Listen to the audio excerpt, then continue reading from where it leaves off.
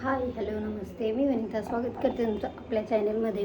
तर आज होळी आहे. होळीचं तुम्हाला सर्वांना खूप खूप शुभेच्छा. आणि होळी आहे म्हटल्यावर काहीतरी गोडधोड बनवलंच पाहिजे. तर आज आम्ही म्हणजे माझ्या घरी बनत आहे पुरणपोळीचा बेत. तर पुरणपोळीची तयारी करत आहेत. एकीकडे चण्याची डाळ शिजवला ठेवली आहे, दूध गरम करायला ठेवलं आहे. आणि बघा तुम्हाला दाखवते मी.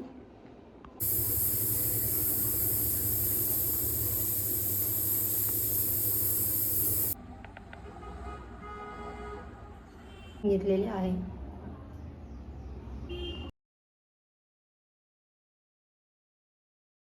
आपली इथे डाळ शिजून झालेली आहे. तिला मी चाळणीतून गाळून घेतलेलं आहे, म्हणजे पुरण काढून घेतलेलं आहे. आणि त्यानंतर मग गूळ चिरून त्यामध्ये टाकलेलं. आता इथं आपलं पुरण बनतं आहे. तोपर्यंत म्हटलं चला आता हे बाकीचं जे आपलं उरलेलं म्हणजे आमटी बनवायची होती, त्याचा मसाला वगैरे काढून घेतला. आणि तोपर्यंत आपलं इथं पुरणही बनलेलं आहे.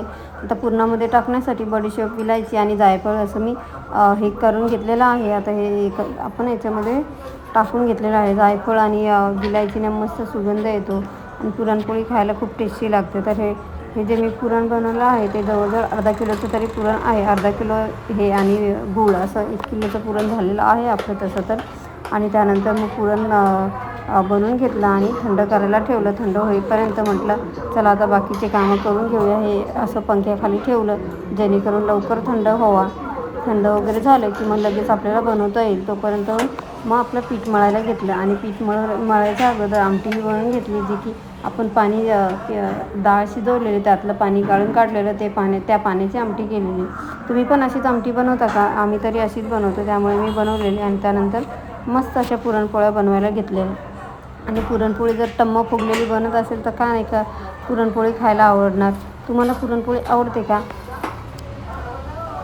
ही बाकीचे कामं जर वस्तू जिथल्या तिथं असली तर आपल्याला काम करतानाही व्यवस्थित वाटतं, नाही तर नुसता पसारा वाटतो आणि कामही व्यवस्थित होत नाही. त्यासाठी हे सगळं आवरून घेतलं आणि जे लागत होतं ते सगळं व्यवस्थित घेतलं सामान हाताखाली, म्हणजे बनवताना नको काही धावपळ त्यासाठी. आणि त्यानंतर हा जो पेपर आहे तो मी ऑनलाईन मागवलेला आहे. खूप छान याच्यामध्ये पोळी राहते, किंवा आपण पेपरमध्ये ठेवतो वास लागतो, किंवा पेपरची जी प्रिंट असते ती लागते. त्यामुळे मी ते न वापरता हे वापरते. आणि हे बघा पुरण असं मस्त जेवढं आपण पीठ घेतलेलं आहे त्याच्यापेक्षा थोडंसं पुरण जास्तीचं घ्यायचं, जेणेकरून पुरण असं पोळीमध्ये गच्च भरलेलं वाटतं. नाहीतर पुरणपोळी अशी रिकामी लागते. त्यासाठी मग असे घट्ट पुरण भरून घेतलेलं आणि मस्त पुरणपोळ्या बनवलेल्या.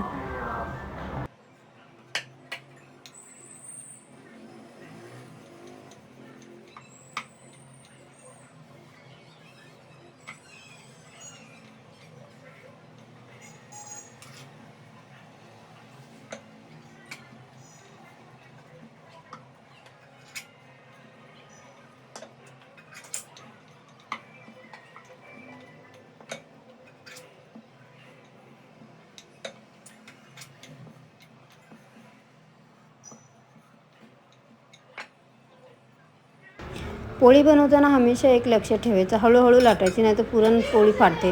आता ही माझी पहिली पोळी होती म्हणून फाटलेली, पण त्यानंतर बघा माझ्या पूर्ण पोळ्या अशा टम्म फुगलेल्या. तर त्या अशा टम्म फुगलेल्या पोळ्या पाहायलाही छान वाटतात आणि ते खायलाही मजा वाटते, की ते मस्त असं पुरण बाहेर निघतं पोळी तोडली की. त्यामुळे मस्त अशी पुरणपोळी आपली झालेली आहे, तुम्ही पाहू शकता.